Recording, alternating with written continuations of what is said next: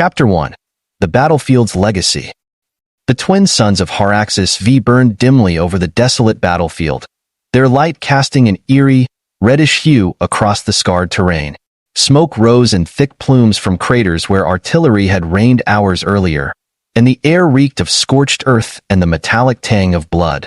The once vibrant plains of Haraxis V had been reduced to a lifeless expanse of broken machinery, shattered armor, and unclaimed dead.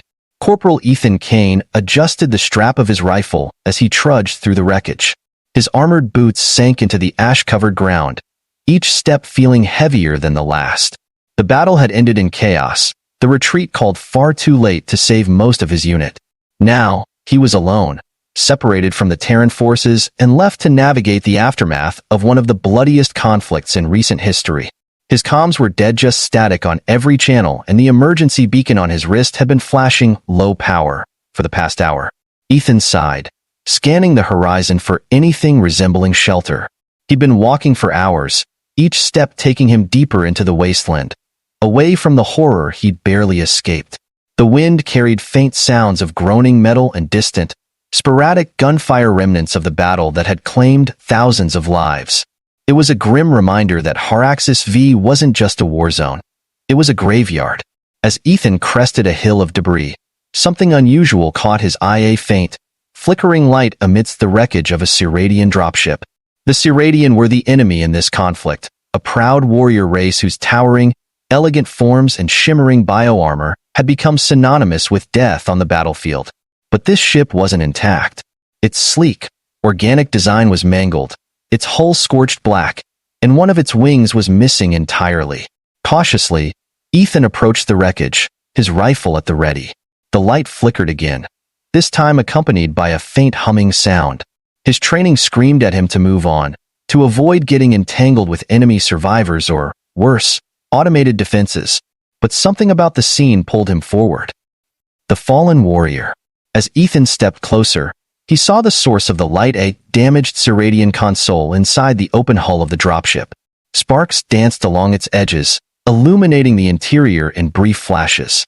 The floor was littered with shattered equipment and what looked like personal belongings, hastily discarded in the chaos of an evacuation. And then he saw her. A figure lay slumped against the far wall, partially obscured by debris.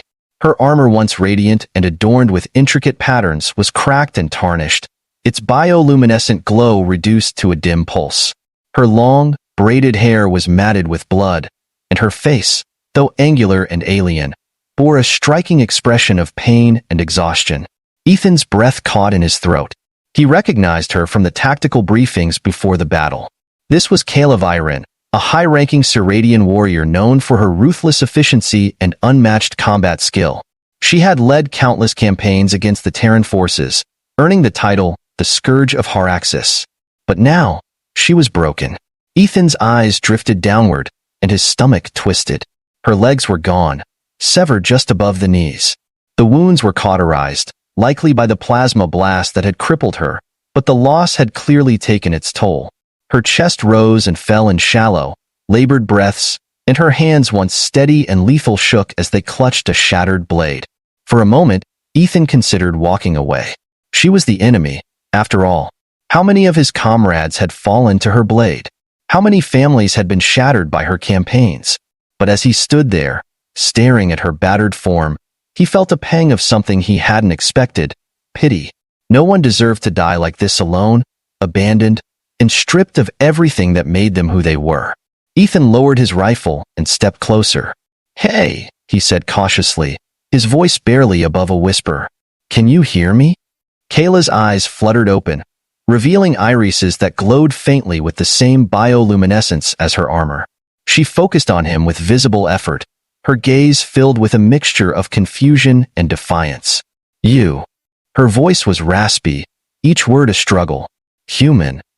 "That's right," Ethan said, kneeling beside her. "And you're Cyradian. But right now, that doesn't matter. You're hurt. Let me help you." Kayla's lips curled into a weak snarl. "Help? From a Terran? I'd rather die." "Looks like you're halfway there already," Ethan shot back, his tone firm but not unkind. "And if you want to speed up the process, be my guest. But if you want to live, You're going to have to trust me." She stared at him for a long moment, her breathing shallow. Finally, her expression softened, and she nodded weakly. "Do what you must." An uneasy alliance. Ethan worked quickly, using what supplies he had left to stabilize her. The medkit in his pack wasn't designed for circadian physiology, but he did his best, cleaning her wounds and applying a regenerative gel to the worst of them. Kayla winced but didn't cry out, her pride refusing to let her show weakness. "Your people left you here," Ethan said as he worked, his tone neutral. "Why?" Kayla's gaze hardened. "Because I failed. A warrior who cannot fight is no warrior at all." "That's harsh," Ethan muttered. "Even by your standards." Kayla didn't respond. Her eyes drifted to the horizon, where faint plumes of smoke marked the site of the main battle. "They will come back," she said quietly. "Not to save me, but to ensure I am dead." "Sounds like great people," Ethan said dryly. "Guess we'll have to be gone by then." "We?" Kayla asked, arching an eyebrow. "Yes, we," Ethan said, standing and slinging his rifle over his shoulder. "I'm not leaving you here, and you're certainly not going anywhere on your own." Kayla's lips twitched into something resembling a smirk. "You're a fool, human." "Maybe," Ethan said with a shrug, "but I'm the fool with a plan. Now, can you move your arms? We need to get you out of here before your friends show up." Kayla hesitated, her pride warring with her practicality. Finally, she nodded. "I will. Try." Escape from the wasteland. The next several hours were a grueling test of endurance and determination. Ethan fashioned a crude stretcher from pieces of the dropship's hull, using straps from his gear to secure Kayla. The weight of her armored frame made every step a challenge, but Ethan refused to give up. Kayla, for her part, remained mostly silent, though Ethan could tell she was struggling with the indignity of her situation. The warrior who had once commanded armies now relied on a human, her sworn enemy, for survival. As they moved through the wasteland, the sky began to darken, and the distant sounds of enemy patrols grew louder. Ethan knew it was only a matter of time before they were discovered. "We need to find shelter," he said, his voice strained. "Somewhere we can lay low until it's safe to move again." Kayla nodded weakly. "There is an outpost. West of here. Abandoned. By my people." "West it is," Ethan said, adjusting his grip on the stretcher. "Hold on, Kayla. We're not out of this yet." Chapter 2. The Bond of Survival. The trek across the barren wasteland was grueling. Ethan Kane, carrying the weight of both his gear and the stretcher holding the injured Kayla Viren, pushed onward under the dim light of the twin suns. The wind howled across the plains, carrying with it the distant echoes of battle. Every step was a gamble, every shadow, a potential enemy. Kayla lay silently on the makeshift stretcher, her breathing shallow but steady. Her violet eyes occasionally flickered open, watching Ethan as he strained under the weight of her armor-clad form. She had never imagined herself in such a position, dependent on a human for survival. It was humiliating, but she couldn't deny the grudging respect growing within her for his determination. "West, right?" Ethan asked, his voice breaking the silence. Kayla nodded weakly. "Yes. The outpost. It's hidden in a ravine. My people abandoned it years ago." "Perfect," Ethan muttered. "Hopefully that means no one else will be there." The hidden outpost. Hours later, as the first of the twin suns dipped below the horizon, Ethan finally spotted the ravine.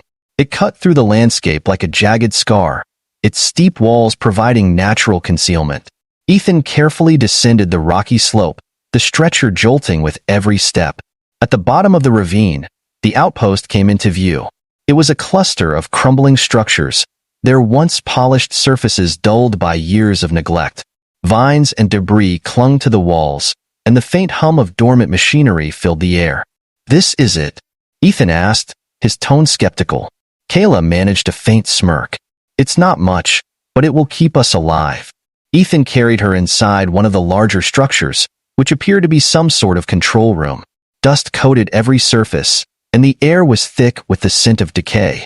Still, it was better than the open wasteland. "All right," Ethan said, setting the stretcher down. "Let's get you stabilized." Tending to Kayla. Using the limited supplies he had scavenged, Ethan began to treat Kayla's wounds. Her severed legs were cauterized, but infection was a risk. He cleaned the injuries as best as he could, applying antiseptic and wrapping them in sterile bandages. Kayla winced but didn't complain. "You're tougher than most humans I know," Ethan said, glancing up at her. Kayla smirked weakly. "Ceradian warriors are trained to endure pain. This is nothing." "Yeah, well, you're not exactly in a position to fight right now," Ethan said, his tone light but firm. "So let me do my job." Kayla studied him for a moment, her expression softening. "Why are you helping me, human? You owe me nothing. We are enemies." Ethan paused, his hands stilling. "Maybe we are. But I've seen enough death on this planet to last a lifetime. I'm not about to add yours to the list if I can help it." Kayla's gaze lingered on him, her expression unreadable. "You're different from the others." Ethan shrugged. "Maybe. Or maybe I'm just tired of this war." The warrior's shame. Over the next few days, Ethan and Kayla settled into a tense but cooperative rhythm. Ethan scavenged what he could from the outpost, repairing the basic systems to provide power and clean water.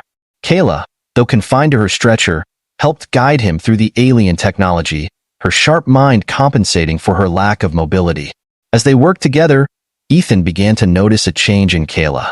The fierce, unyielding warrior was still there, but she seemed quieter, more introspective. One evening, as they sat in the dimly lit control room, Kayla finally broke the silence. "My people believe that weakness is unforgivable," she said, her voice low. "To lose one's ability to fight is to lose one's worth. That is why they abandoned me." Ethan looked up from the ration pack he was heating. "That's a pretty harsh way of looking at things." Kayla nodded. "It is the way of the Ceradian. We are born to fight, to conquer.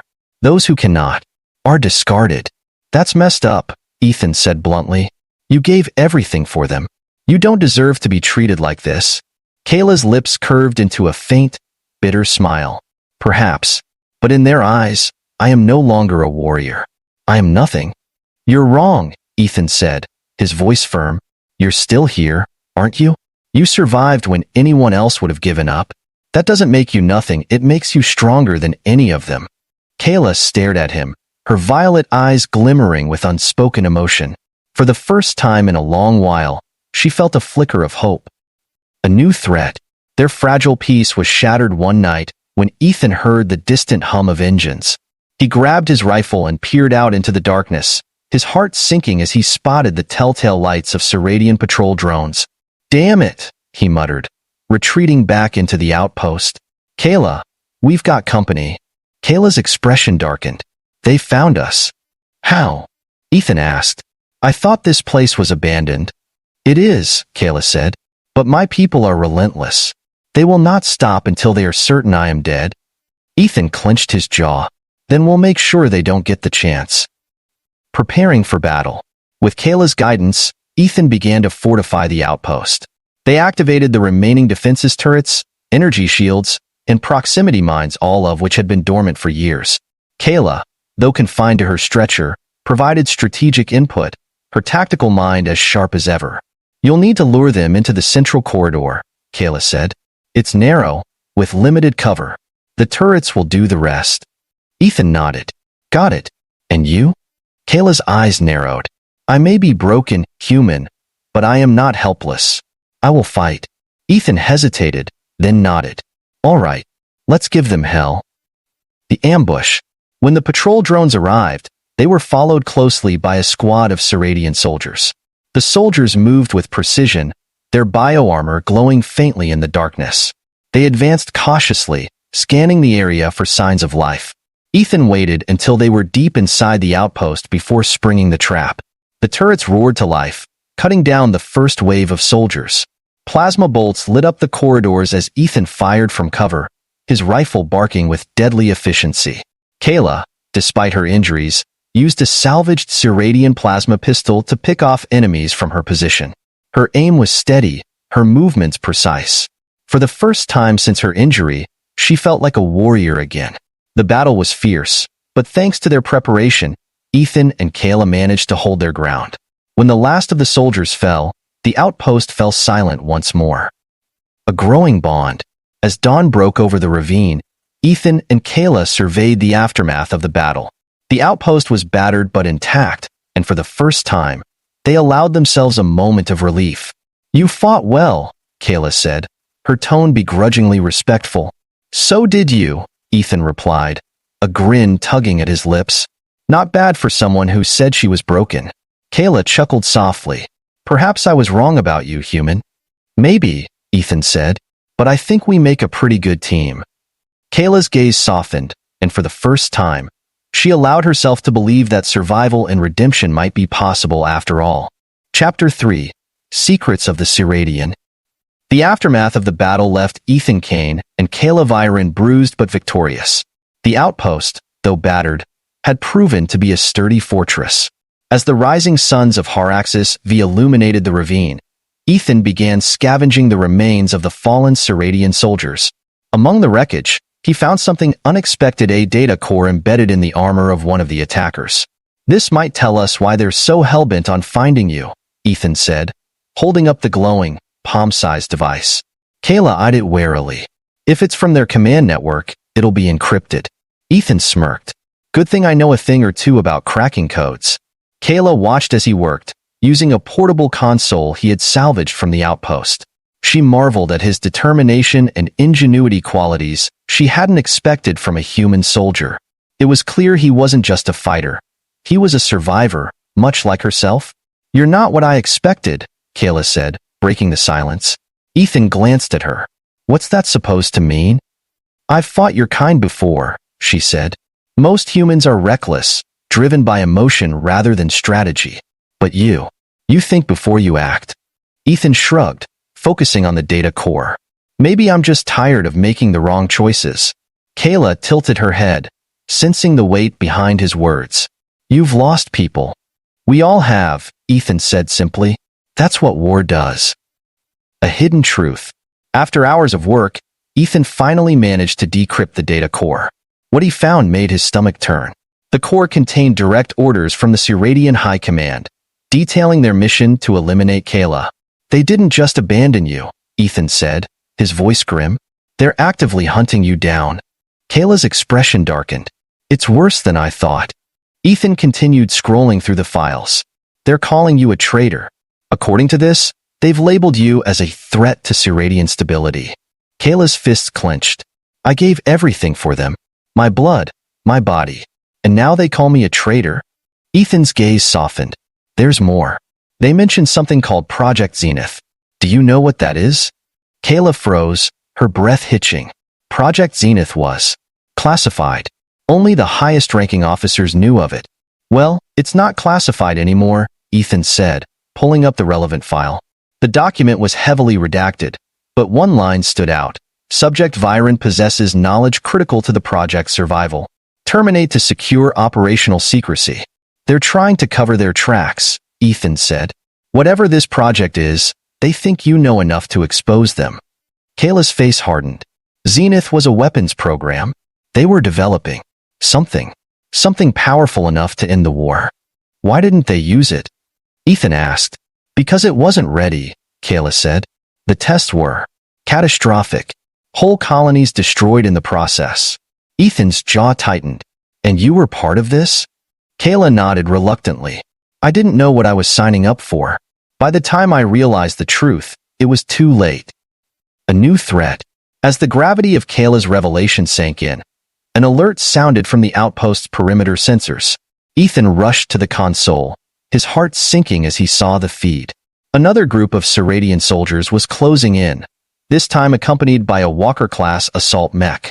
"They're not giving up, are they?" Ethan muttered. Kayla wheeled herself closer, her expression grim. "They've brought a Walker. We won't survive that." Ethan scanned the outpost's defenses, his mind racing. "We still have some mines left. If we can lure the mech into the central corridor, we might be able to take it out." Kayla shook her head. "It's too risky. If the mech reaches the core structure, it'll collapse everything." "Then we don't let it get that far," Ethan said. He turned to her, his eyes steady. "You know this place better than I do. What's our best shot?" Kayla hesitated, then nodded. "There's a hidden weapons cache beneath the main structure. It was left behind when my people abandoned the outpost. If the weapons are still functional, we might have a chance. Why didn't you mention this earlier? Ethan asked. I didn't think we'd live long enough to use them, Kayla admitted. Accessing the cache. Ethan and Kayla worked quickly, uncovering a hidden access panel in the floor of the control room. The cache was buried beneath layers of reinforced plating, but with Kayla's guidance, Ethan managed to bypass the locks. When the hatch finally opened, Ethan's eyes widened. The cache was filled with Cyradian weaponry, plasma rifles, energy grenades, and even a portable railgun. This'll do, Ethan said, grabbing the railgun. Let's give them a warm welcome. Kayla armed herself with a plasma rifle, her hands steady despite her injuries. I may not be able to stand, but I can still fight. Ethan grinned. Good.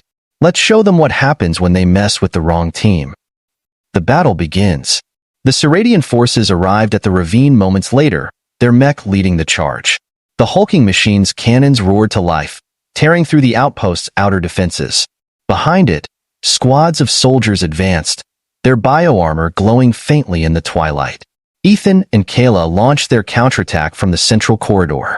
Ethan fired the railgun, each shot tearing through the mech's armor, while Kayla provided covering fire, her plasma rifle lighting up the darkened corridors. Push them back, Ethan shouted, his voice echoing over the chaos. They're flanking, Kayla warned, firing at a group of soldiers attempting to circle around. The battle was intense, every second a fight for survival.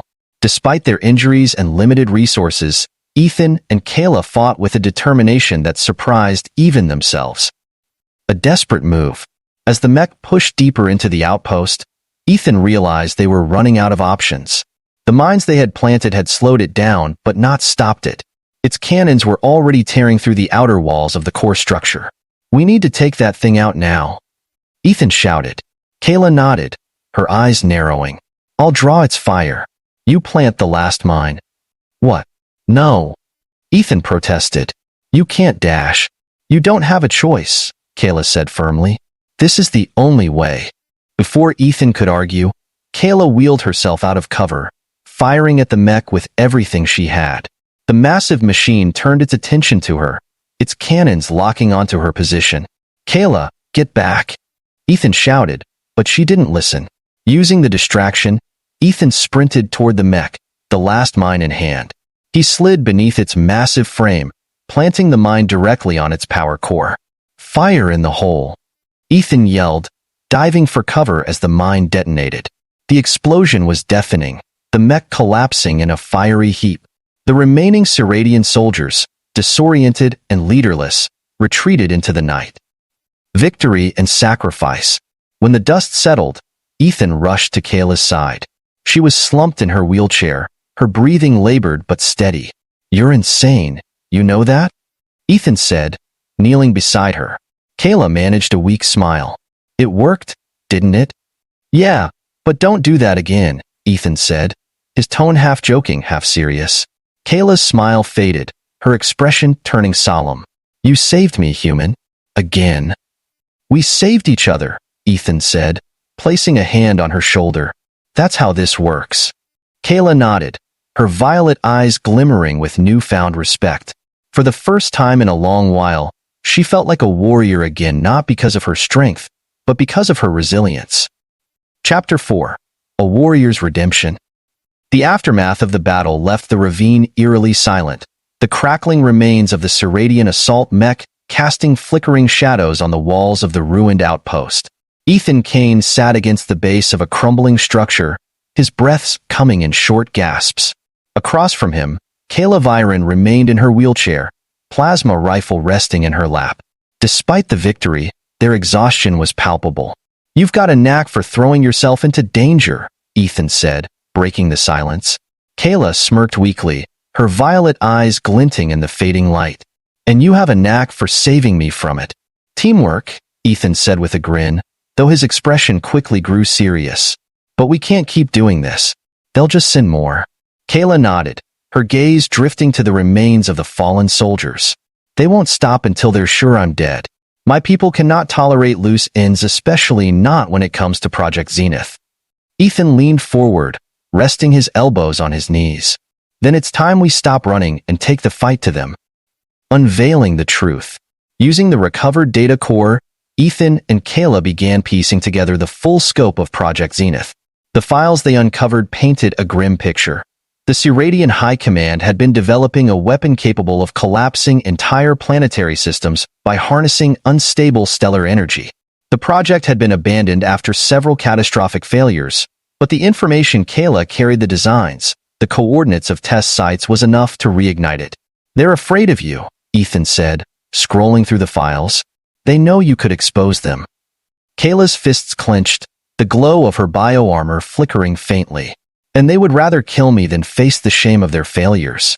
Ethan studied her for a moment. "So what's the play? Do we destroy the information? Leak it? What's going to hurt them the most?" Kayla met his gaze, her expression steely. "We expose them. Let the galaxy see the truth of what they've done." Contacting the enemy, Ethan and Kayla devised a risky plan. They would infiltrate a Ceradian relay station to broadcast the data. The station, located on the outskirts of the Haraxis system, was heavily guarded, but its communication network was the most efficient way to reach both the Ceradian populace and the Terran military. The journey to the station was grueling. Ethan pushed Kayla's wheelchair through treacherous terrain, relying on her knowledge of the area to avoid patrols.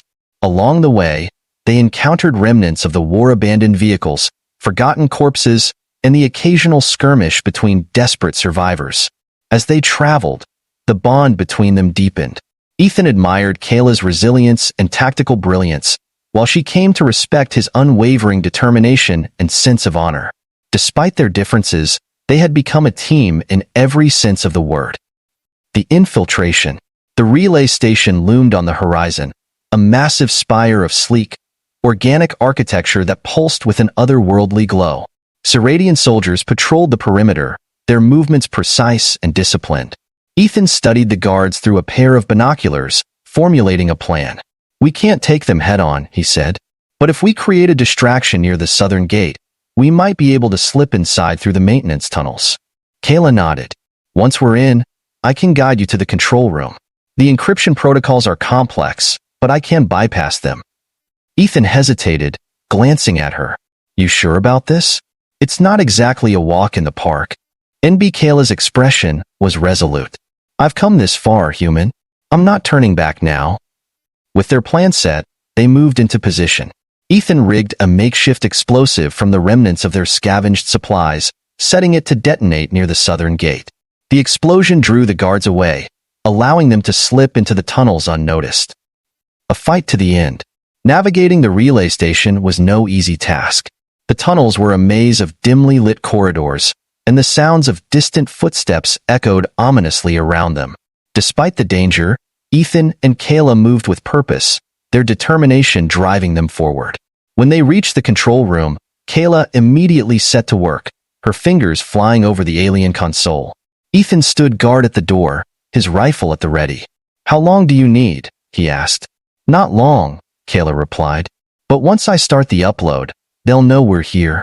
"Figures," Ethan muttered. "I'll hold them off as long as I can."